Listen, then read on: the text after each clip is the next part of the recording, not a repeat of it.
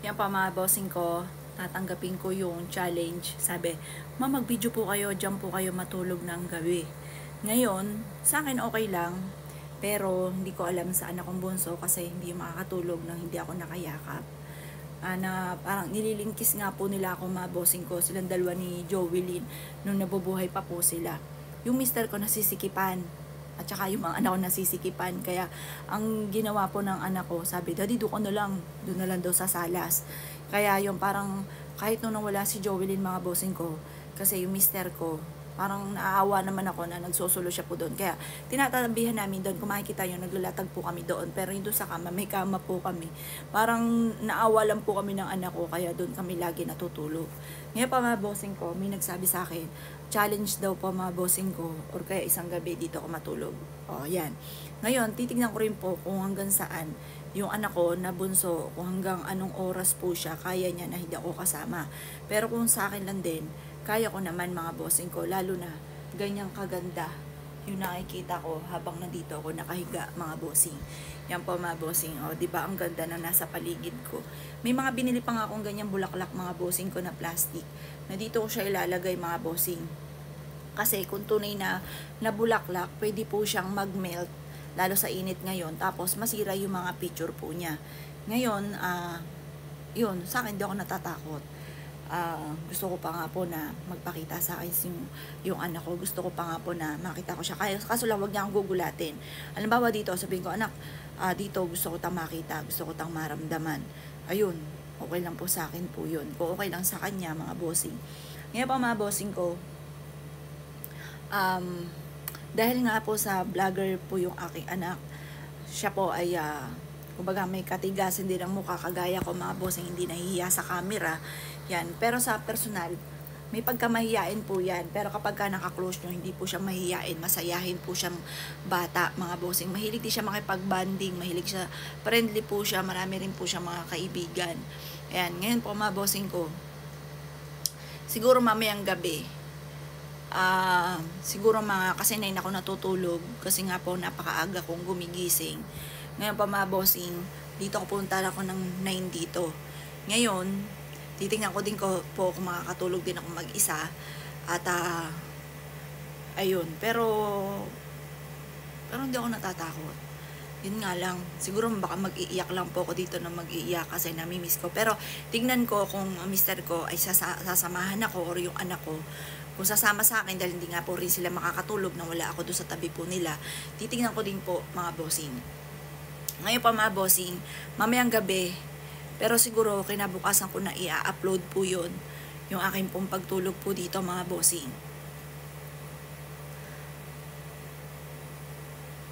Ang ganda po talaga ng aking anak mga bossing. Kapag nakikita ko po ito, ay nalulungkot, parang may yung kabog na aking dibdib, sobrang nalulungkot. Kung pwede nga lang mga bossing kung umiyak ako ng umiyak. Kaso nga lang, yun nga po, diba, may vertigo na po ako. Kaya pag ako'y umiyak ng umiyak, tiyak po mga bossing ko, susumpo ang aking vertigo. Tataas na naman yung sugar ko mga bossing. Kaya minsan tinatatagan ko. Pero may nagsasabi sa akin minsan, Miss Apple, buti nakakayanan mo. Wala naman po akong choices eh. Kung may pamimilian po na kaso kailangan ko maging matatag, gawa na may anak pa ako mga bossing. May anak pa akong bunso. At saka, iyak man ako ng umiyak, di naman babalik yung aking anak. Yan, pero, nakakatuwa kasi, nangyayari, laging, sa bawat araw mga bossing ko, hindi kami, kung kumain kami ng 3 lang, bihirang-bihira po yun. Sa bawat araw mga bossing, may mga pagkakataon na, madalas na, may pagkakataon na, nagiging 4 po kami mga bossing. Nagiging 4 po kami. Kasi 'di ba 4 po kami. Ngayon, halimbawa, nandyan yung ex po niya, ex ni Joelyn, pupunta sa bahay, sasabay sa amin ng umagahan, ayun mga bossing. Tapos or kaya minsan, yung anak kong bunso nakakain na, yung isang upuan, parang may nakaupo, nakaganon, tas dito, tapos 4 pa rin po mga bossing. Laging ganon ang pangyayari, laging may 4 mga bossing. Kaya parang, pinaniniwalaan nga po namin mga bossing ko na lagi namin siyang kasabay mga bossing. Ayun, tapos ayun,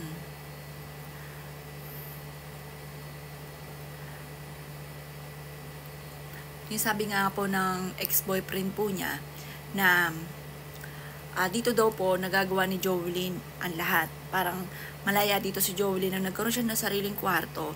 Nabibili niya yung lahat ng gusto po niya, yung pagkain niya. Kasi kami po mga bossing, may limit pa rin. Yun nga po mga bossing ko, yung bagamat matakaw po kami, pero nandun pa rin kasi yung anak ko buso, may diabetes na. Lagi po napagsasabihan po namin siya. Ngayon, sabi ko, anak, kasi mas pasaway din po ako mga bossing ko eh. Anak, ang sarap noong Hershey na may chocolate. Ito, pinicturan ko pa mga bossing. Hanggang ngayon, nandun pa rin sa conversation namin. Sabi ko, anak, ang sarap nito, ng chocolate nga po. Ang sagot niya, akala ko kasi hindi pa siya nakakain. Ang sagot po niya, oh mami, maubos-ubos na daw yung isang plastic at dun daw sumakit ang kanyang lalamunan. Sabi ko, hala, nakakain ka na pala nito. Sabi ko gano'n. Tapos yun, maubos-ubos na. Konti na lang yung natira sa chocolate na isang plastic mga bossing. Kasi ganun po kami kadami bumili ng chocolate mga bossing ko sa SNR. Parang halos lahat na nga po ng chocolate eh, lalo't may bago sa paningin namin. Oy, try natin to, masarap kaya to. Tapos, parang wala kasing magawa yung mister ko, sabihin eh, nako, yan, ano na naman yan, ganyan. Tapos, sasabi ko, naku, pakalimero talaga ito. Yung mga ganun mga bossing. May ganun kaming, ni Jovelyn, kami yung pinakamatigas yung ulo, mga bossing, kaming dalawa. Kaya nung kahapon, nainis ako sa mister ko. Ay, kanina lang pala yun. Kasi di ba nagda-diet nga po ako. Kasi ang tao ko sa tinapay, medyo tumaas po yung sugar ko. Pero hindi naman ganun kataas. Ngayon sabi niya, kasi kain ka ng kain ng tinapay. Eh ngayon, nag-diet akong buong isang araw mga bossing. Kulol ng kulol, nag-ringtone mga bossing ko ang aking tiyan. Kulok na kulok, ganyan mga bossing. Ngayon, sobra ng pagtitiis ko. Tapos mga bossing ko nung umaga, sinisisi pa ako, yan, sa pagkain. Kaya, naiiyamot na ako. Sabi ko, ano mga kainin, panay diet na nga, yung mga ganun. Panay diet na nga, hindi ko na kaya yung sobrang diet. Hanggang doon lang talaga yung kaya ko na pagda-diet. Ayun, may pag-ugali kaming ganun. Parehas kami ni Joey na matagas talaga ang ulo. Ako, aminado po talaga dyan. Pagdating sa usapin ng pagkain, parang yun ang mahirap kontrolin mga bossing. Para sa akin mga bossing ko, lalo na't nakasanayan ko na gusto kong kumain ng ganito, ng ganyan. Yan. Yun po yung pinaka sa akin mga bossing. Lalo ngayon napakainit ang panahon mga bossing. Ang sarap kumain ng halo-halo, diba mga bossing? Ngayon pa mamayang gabi, babalik ako dito.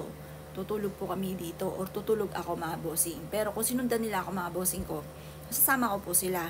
Pero yun, syempre mga bossing ko, hindi ko yun sa inyo na kung kami magtatagal dito. Bibidyohan ko rin kung hanggang anong oras lang po kami makakatagal dito mga bossing. Kasi nga po, unang-una ang anak ko, hindi rin siya isang beses lang siya dito natulog. Yung kauna-unahan naggawa po ito mga bossing.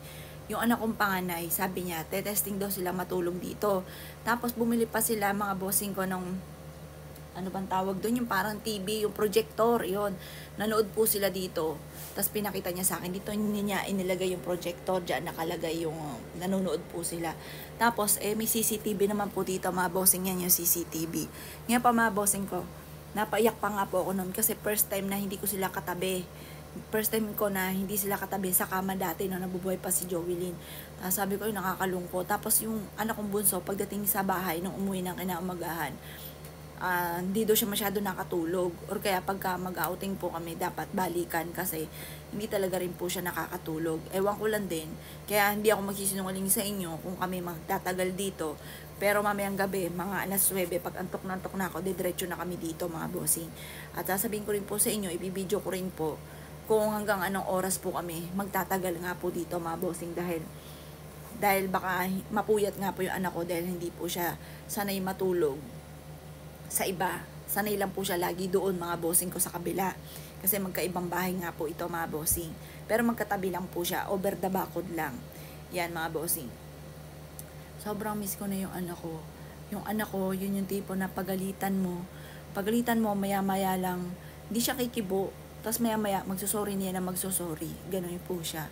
Or kaya pag minsan, nakukonsensya, mangungonsensya ako. Sasabihin ko, bigla akong iiyak. Kasi syempre hindi na ako sanay na gano'n. Sabi ko, ganyan ka, natitiis mo ako. Yun po mga bossing. Tapos bigla na yayakap, mami sorry, yung mga gano'n mga bossing. Yun lang, sobrang nakakamiss mga bossing ko yung mga gano'n. Na hindi ko na maririnig yun. Tapos di ko na rin maririnig yung I love you.